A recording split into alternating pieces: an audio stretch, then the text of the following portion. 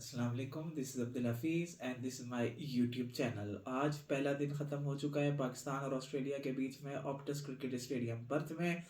Perth जो कि western Australia का एक अहम शहर बल्कि कैपिटल, 19 लाख से ऊपर आबादी।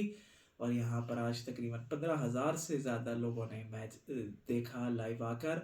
और कल एक्सपेक्टेड है कि 15,000 से भी ज़्यादा लोग आएंगे, क्योंकि मिचेल मार्श जो कि होम टाउन बॉय हैं वो नॉट आउट है। और होम टाउन बॉय की यहाँ पर वेस्टर्न ऑस्ट्रेलिया में बहुत ज़्यादा अहमियत होती है और बहुत ज़्यादा उसको सपोर्ट किया जाता है। आज के दिन के मैच की बात करते हैं।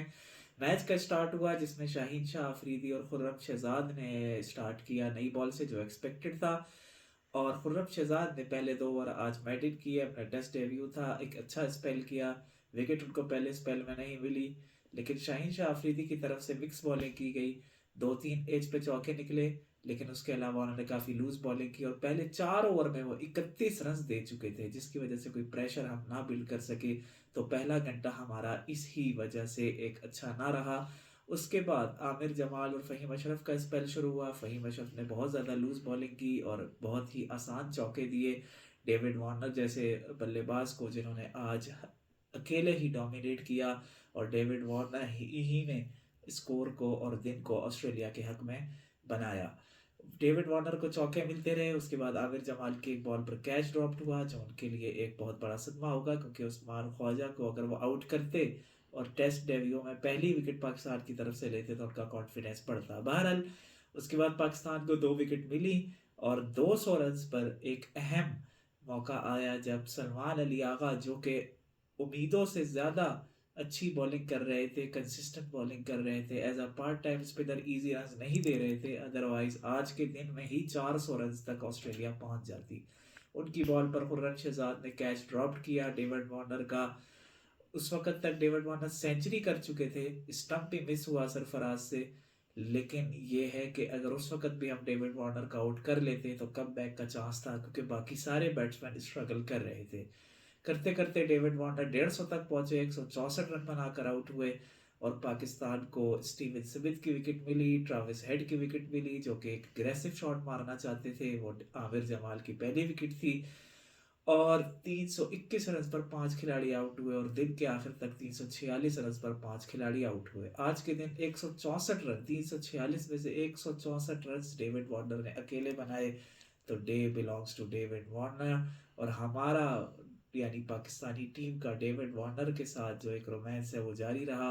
हमने आज उनके 2 चांसेस मिस किए। इससे पहले हमने वर्ल्ड कप में एक चांस मिस किया था, आपको याद होगा, उसामा मीर ने डॉली मिस की थी।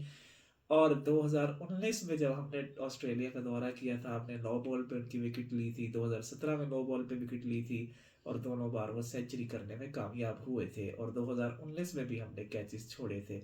तो डेविड वार्नर के साथ हमारा रहमदिली हमदर्दी का सिलसिला जारी है, जो आज भी हमें महंगा पड़ा।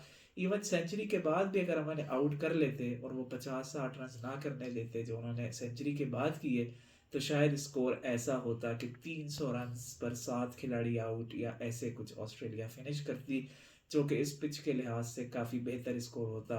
अब यहाँ पर छोटी सी पार्टनरशिप भी अगर लगी विकेट कीपर एलेक्स क्यूरी के बीच में और मिचेल मार्श जो कि ऑलराउंडर हैं उनके बीच में, तो ऑस्ट्रेलिया बआसानी 400 रन अपनी टेल के आने से पहले पहले स्कोर कर सकती है और आराम से 450 से 500 टच करके पाकिस्तान को प्रेशर में ला सकती है। पाकिस्तान के पास यही मौका है कि कल थोड़ा जल्दी फिनिश करे, अगर 400 से पहले ऑल आउट कर दे और उसके बाद नंबर 9 तक हमारी बैटिंग लाइनअप है और बैटिंग लाइनअप फाइट करे और ऑस्ट्रेलिया को टफ फाइट दे। और allrounders plus wicket keeper plus batsman जो हैं वो अपनी कैपेसिटी से ज़्यादा होकर खेलें, तो हम इस मैच में थोड़ी सी फाइट शो कर सकते हैं। अदरवाइज़ अगर ऑस्ट्रेलिया को कल 450 के बाद विकेट्स मिल गई तो तीसरे दिन तक वो काफ़ी अच्छी पोजीशन पर आ सकते हैं और मैच को ड्रॉ करने का या जीतने का पाकिस्तान के पास कोई चांस नहीं रहेगा। Thanks to Warner for Australia. He played with a very aggressive run rate and he scored 164, which is the almost the half runs, 50% of the runs which he scored today for Australia. तो अब बात हो जाए पाकिस्तान की bowling की। पाकिस्तान के आमिर जमाल को 2 विकेटें मिली जिनका पहला मैच था, और मेरे ख़्याल में हसन अली उनकी जगह खेल सकते थे, लेकिन उनको 2 विकेटें मिली और दोनों एग्रेसिव शॉट्स पर मिली, जो कि ट्रेविस हेड बाउंड्री क्लियर करना चाहते थे लेकिन थर्ड मैन में कैच आउट हो गए। बट डेविड वार्नर को काफ़ी एफर्ट से उन्होंने आउट किया। एग्रेसिव बाउंसर्स किए, एक ही ओवर में वो 5वां कंसेक्यूटिव बाउंसर था और उसको वो टेक ऑन करने की कोशिश में आउट हो गए। तो एक अच्छी स्ट्रेटजी थी, later on in the day थी, लेकिन डैमेज ऑलरेडी क्रिएट हो चुका था। बट फिर भी टेस्ट मैच में कोई भी विकेट किसी भी टाइम ली जाए उसके लिए एफर्ट रिक्वायर्ड होती है, जो कि आमिर जमाल ने की और पाकिस्तानी थिंक टैंक ने की। बट उससे पहले कैचेस और जो हमने लूज डिलीवरीज करके आसान आसान रन्स दिए वो हमें कॉस्ट कर गए। और इस पिच के लिहाज से ऑस्ट्रेलिया 50 से 60 रन आगे है। अगर इसी स्कोर पर हम ऑल आउट करने के करीब होते तो हम 50-50 कह सकते थे, या फिर इस दिन के आगाज़ में 6 से 7 विकेटें हमें मिल जाती, इस दिन के अख्तिताम पे 6 से 7 विकेटें हमें मिल जाती और 300 से 310 रन ऑस्ट्रेलिया बना पाई होती। लेकिन उम्मीद है कि शायद हम ऑल आउट कर पाएँ ऑस्ट्रेलिया को, उन्हें डिक्लेयर ना करना पड़े। ज़्यादातर तो जब हम ऑस्ट्रेलिया का दौरा करते हैं तो ऑस्ट्रेलियन टीम डिक्लेयर ही करती है और हम ज़्यादातर उनको ऑल आउट भी नहीं कर पाते। तो ये कुछ रहा। सलमान अली आगा की इकोनॉमिकल बॉलिंग रही और वो काफ़ी ज़्यादा अनफॉर्चुनेट रहे कि डेविड वार्नर की विकेट 2 बार उन्होंने चांस क्रिएट किया और दोनों बार उनको नाकाम ही रहे। एक दफ़ा खुर्रम शहजाद से कैच ड्रॉप्ड हुआ और एक दफ़ा सरफराज अहमद से स्टंपिंग मिस हुई।